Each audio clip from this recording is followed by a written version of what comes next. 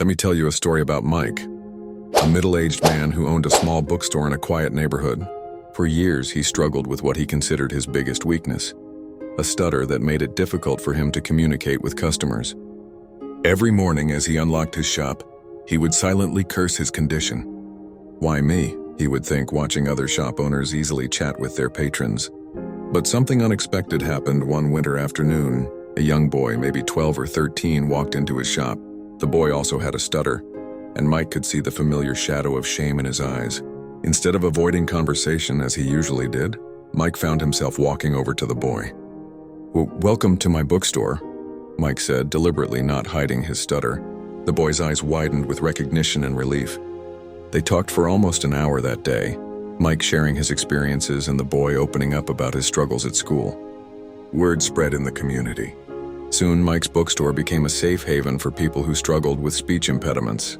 What he had seen as his greatest weakness became the very thing that made his store unique and meaningful.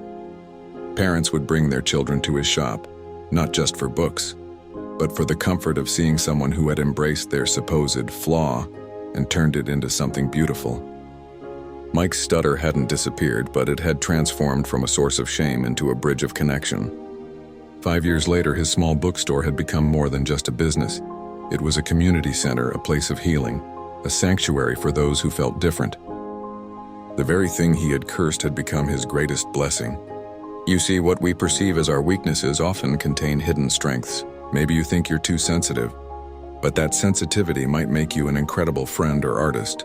Perhaps you feel you're too analytical, but that could make you an excellent problem solver. Life isn't about being perfect or comparing ourselves to others. It's about embracing our unique characteristics and finding ways to use them to make the world a better place. Remember Mike's story the next time you feel inadequate or different. Stop blaming circumstances. Stop questioning why you are the way you are. Instead, ask yourself, how can this apparent weakness become my superpower? Because sometimes, our greatest gifts come wrapped in packages we initially mistake for burdens. Every single one of us is special and important in our own way. Your journey isn't about overcoming who you are. It's about becoming more fully yourself.